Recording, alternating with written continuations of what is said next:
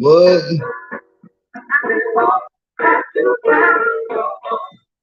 We in the courtyard, y'all.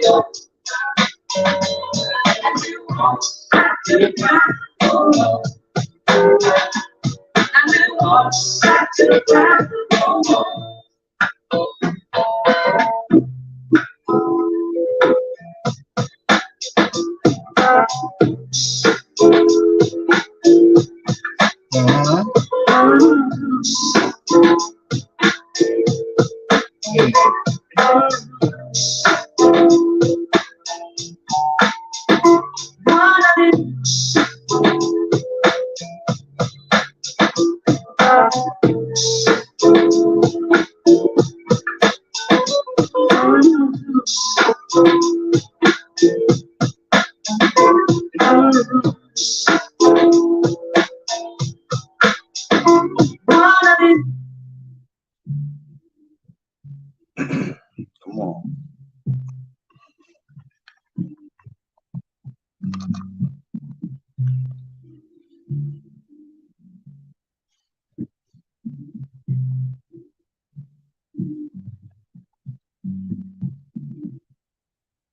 All right.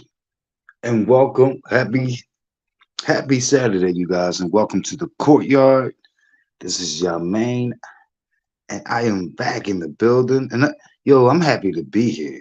You know, my days have been very rough. Um, for my most avid viewers who follow me, regardless to what I'm posting, regardless to the content. Um, I'm sure you have caught up that like this is like one of the most difficult times in my life.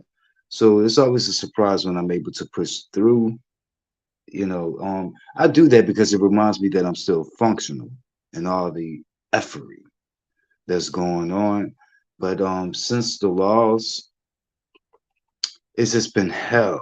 It's just been hell, you guys. Um, yeah, like someone is like really like trying to make me deal with evil, and face that right on.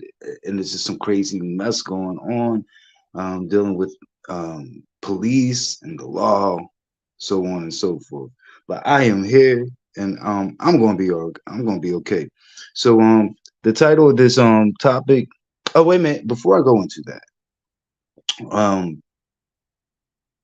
new subscribers, I'm happy that you are with me. Also, old subscribers, I'm happy that you are with me. But it's some new subscribers that's kind of like entitled, and I think you guys need to tap into more than the content that I do around Queen Op. I think you guys need to tap into that so that you can kind of learn about me, because when I just turn on the YouTube live and it's just a dark screen and it's just me talking with people, my supporters, and engaging with them, they learn a lot about me and they don't run into, like, I guess some of the blunders that you guys present me. You know, so I have people pointing out the difference between their preference, their personal preference between when I post video versus when I do a podcast format type thing. Well, I do that because you ran into a multifaceted content creator. That's why I do that. I do that because I can. Not everybody has that ability. I do that because I can. And I mean, there's other factors too, like certain formats are more easier. It's not as involved. It doesn't require as much memory on your device. So on and so forth. But if you never actually um, cash at me, because this is a non-monetized program, like you guys might want to consider not being so demanding with certain things. I already accepted that I can't please everybody. And so my journey of being a content creator is not just a journey of racking up numbers and views, or racking up numbers and subscribers. It also was a learning experience. And so it's a lot of different things that people have told me to do in the beginning that I took it as a prayer book. I took it as a prayer book, and I abided by it, and I realized that it was incorrect. It didn't apply to me. I come from, I would say, a few places at this point now, but I come out of the B sector. I also come from stereo, which is a podcast type platform.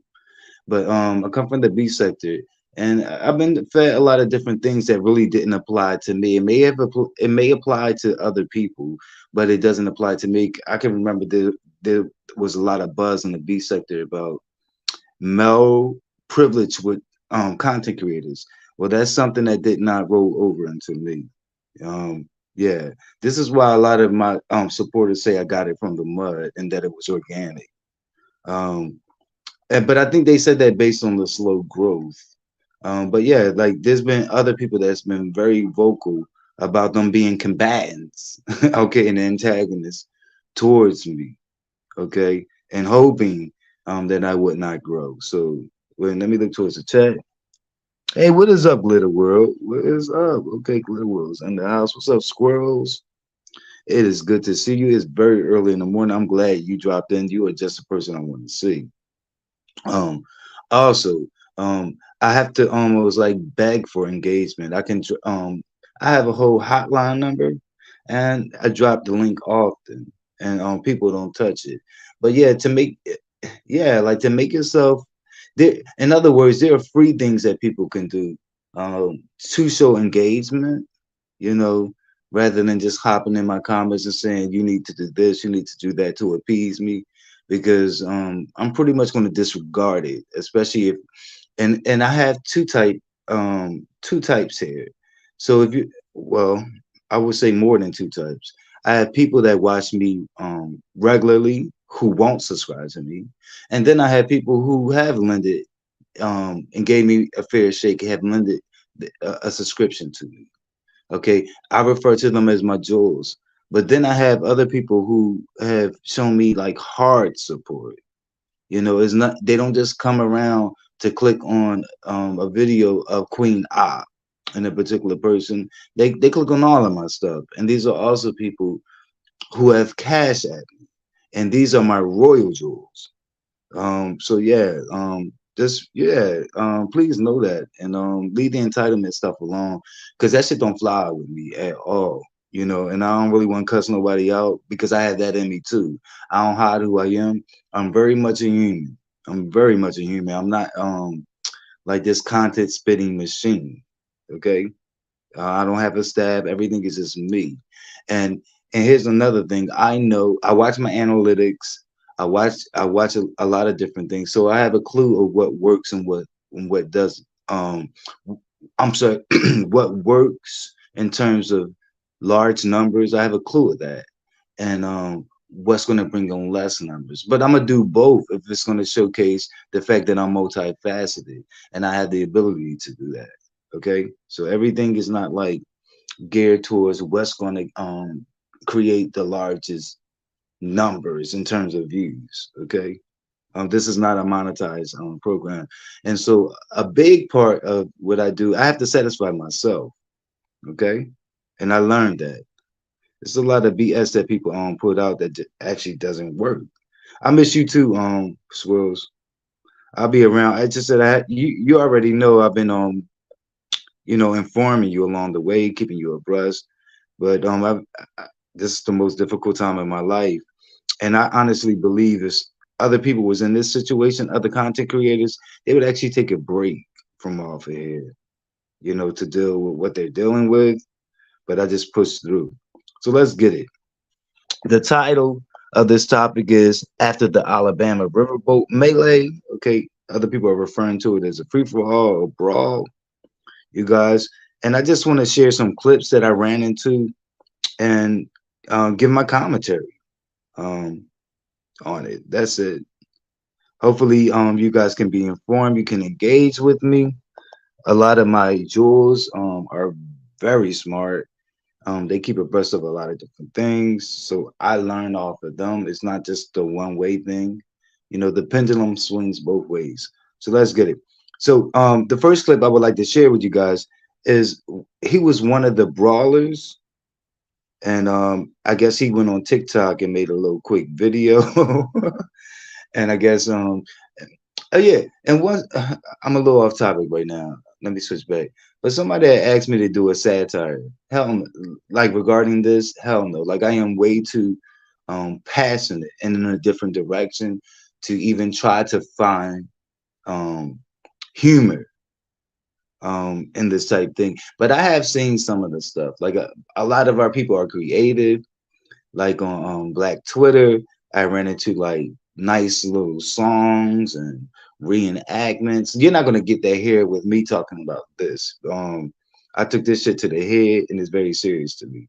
But here's a clip of one of the guys who was actually part of it. He's a brawler, and he's all busted up, and I guess he found out. He effed around and he found out. So let's see.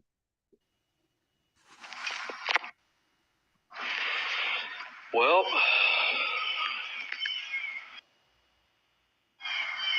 turns out that 65-year-old man could really fucking throw him.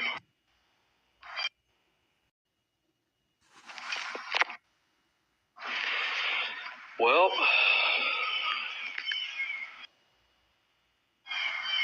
turns out that 65-year-old man could really fucking throw him.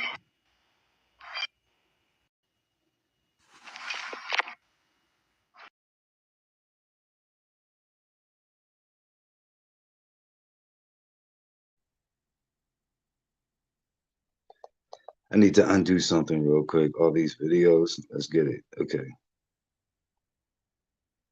Okay, I had to take it off a loop. It repeated because I had it on loop, you guys. So that was one of the brawlers out there, and he was like, I guess that 65-year-old man could really effing throw them. I guess he's talking about throwing those bows. But yeah, you should never underestimate people. You know, it was so many people that was involved in that really shouldn't have been involved.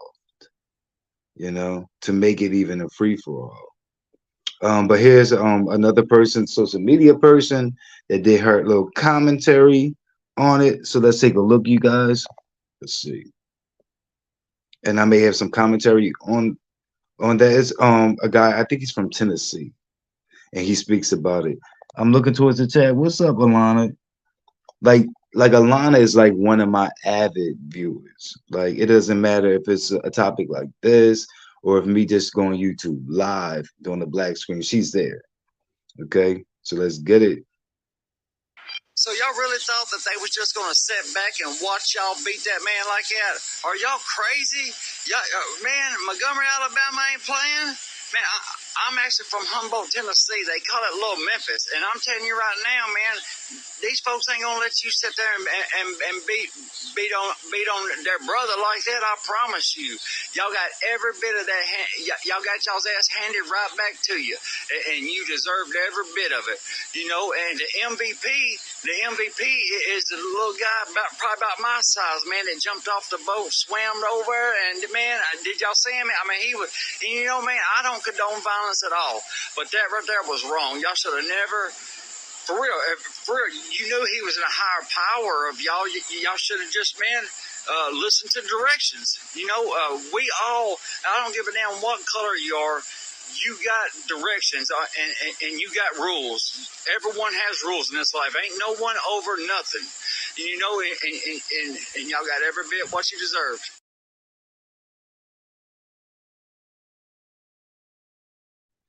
So I included that clip because I'm in 100% agreement with what he said, especially when he spoke about rules. I'm going to switch the words up and just speak about like compliance. Like that's a little lecture that people are real selective with. And when we've seen videos in the past of black people that were pulled over or something, or just dealing with police and them not listening, and you kind of get you hear that lecture, like black people being lectured about you should have complied. I even seen like people try to apply that to incidents where black people had their hands in the air and still got shot and was they should have listened, they should have complied. Well, we have to apply that across the board. We have to apply that across the board. Like all people should be listening or um regarding authority, you know, and not and police are not the only authority figures. People kept referring to the black man that was on the dock as a security. I heard people speak of him as security, but he really was a security. He was a co-captain, so he was like a dock employee, you know, not so much security, but but nonetheless an authority figure. You see what I'm saying? And so what they say goes. You know, people should comply. I mean, that's the little lecture that we're giving, you know, but people should comply, whoever you are, you know, whatever background you're from. You should comply and not think that you're over an authority. You're not an authority figure, period. So you should listen to authority, period. Um, but he had mentioned the guy that was swimming, who jumped off the boat, who was swimming across the water. That was another employee. And I did a little digging because I'm nosy as hell, you guys. And it was a 16-year-old employee. I don't think a lot of people know that. And here's a picture of him, but his name is Aaron Rudolph, 16 years old, who swam across the water, came on the deck.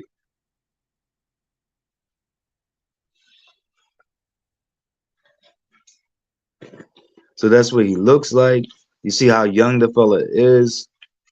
You see, I guess these are like social media selfies or whatever. I think he's on TikTok, you guys, because he did post, and I'm going to display the post here and read what it says. It says, "Thank you, everyone for supporting me and sending me notes and messages telling me I've done well. I was just helping my crewmate, and I don't deserve this. But thank you again, and I am grateful.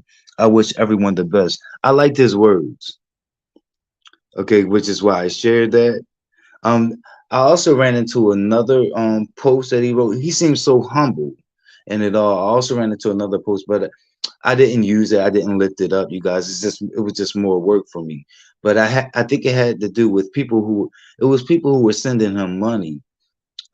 Because when he swam like in his regular clothes and he destroyed his boots.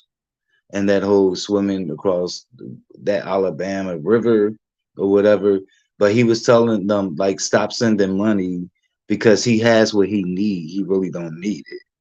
So that was just humble on his part, because I could see another person taking advantage of that and trying to be painted or depicted as a hero in it all.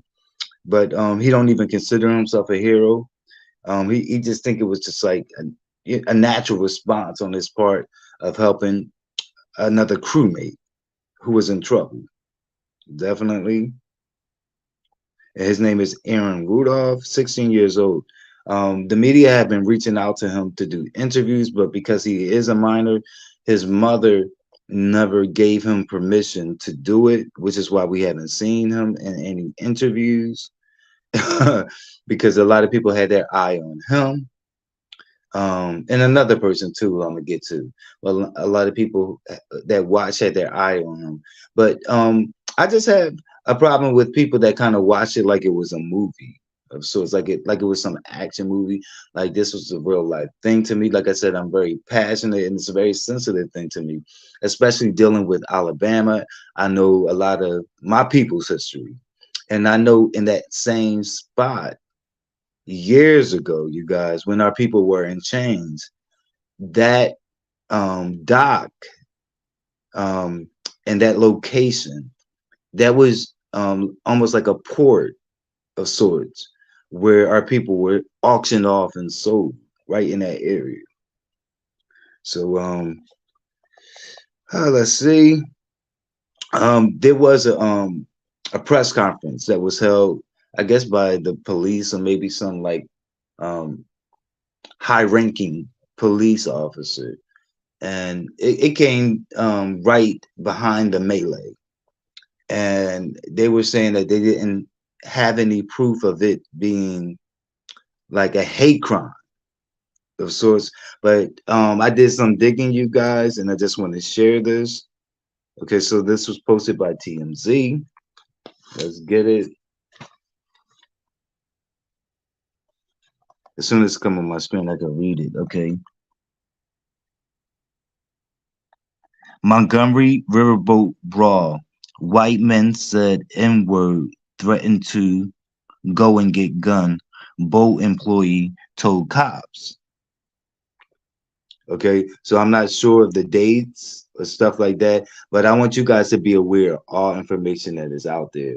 And the article reads, the Alabama riverfront brawl now includes allegations of white men dropping the N word and threatening to use a gun.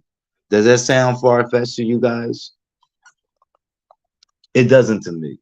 And then it goes on to say, according to new legal docs obtained by TMZ, a woman who says she was working on the riverboat told police one of the white men who attacked a black deckhand yelled F that N word before coming down to the deck to fight him. So I'm gonna post it real quick. It's only a few seconds, you guys.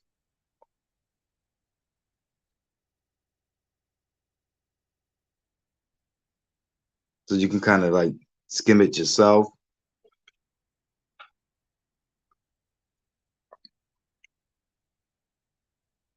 Okay. And I'll wait. Let's see. Okay.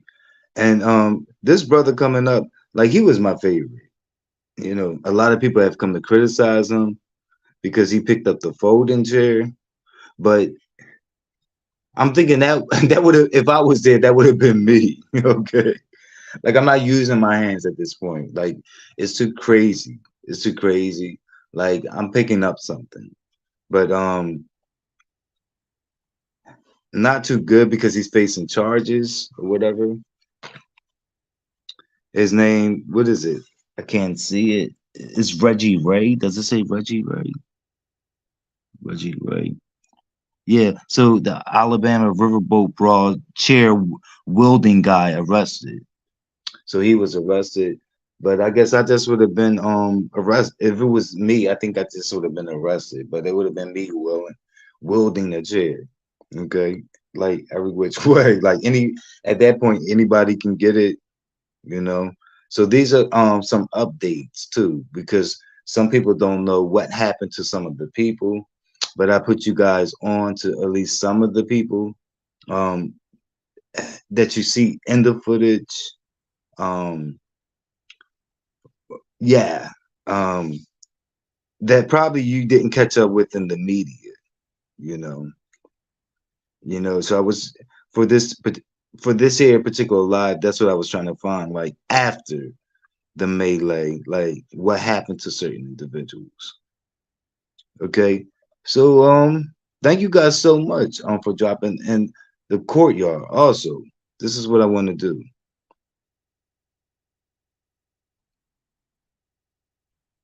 Okay, so please bless the channel host, and my cash app is $YAHMANETYIA. And please like the video. And if you aren't subscribed to my channel, please subscribe to the channel. And that's pretty much all the information I have on today. Hopefully you was informed about something. Okay. Yeah. But I had no intentions of doing no parodies or satires regarding this. This is a very serious thing that comes with charges and things like that. You know. I'm just trying to find an outro so that I can be out. I'm looking towards the chat to make sure I didn't miss anybody. Nope. I'm seeing Glitter World and Alana. What is up, you guys? Thank you guys so much. I see you guys are socializing. That's what I like to see. Right. Alana wrote someone raised him very well. I think so. And I just think yeah, like I kind of like his post because that the world was looking at him at that point. I like his post or whatever. I also like the fact that his parents didn't allow him to do interviews and be out there like that, because I don't like how authorities, particularly police and the media, tend to handle our children in the media. They like to adultify them, hence Tamir Rice, like saying that a 12-year-old appeared to be a 21-year-old is ridiculous stuff like that. And they think we're supposed to accept that, but they like to adultify um, our youngins and our children who are minors, and make them out to be something different. Even, even, I mean, he could have gotten into some legal trouble too. Like even in the fact that he joined in the fight. One thing that you can see disparities in is how they sentence our children when they do get in trouble, and the whole trialing them as an adult, trialing children as an adult. Like it seems to be a strong focus on Black children over non-Black children whenever they sentencing a child as an adult for something. You guys keep your eyes out on that stuff. Okay. Let me find my outro and be out. What can I do for outro? Let's see. I want a tough one. Let's see. I'm seeing intro at the intro at the intro. Overlay. All right, let's try this. No. Don't do that. Okay, we want to do this. 1, 2, 3. Bring the lube, y'all.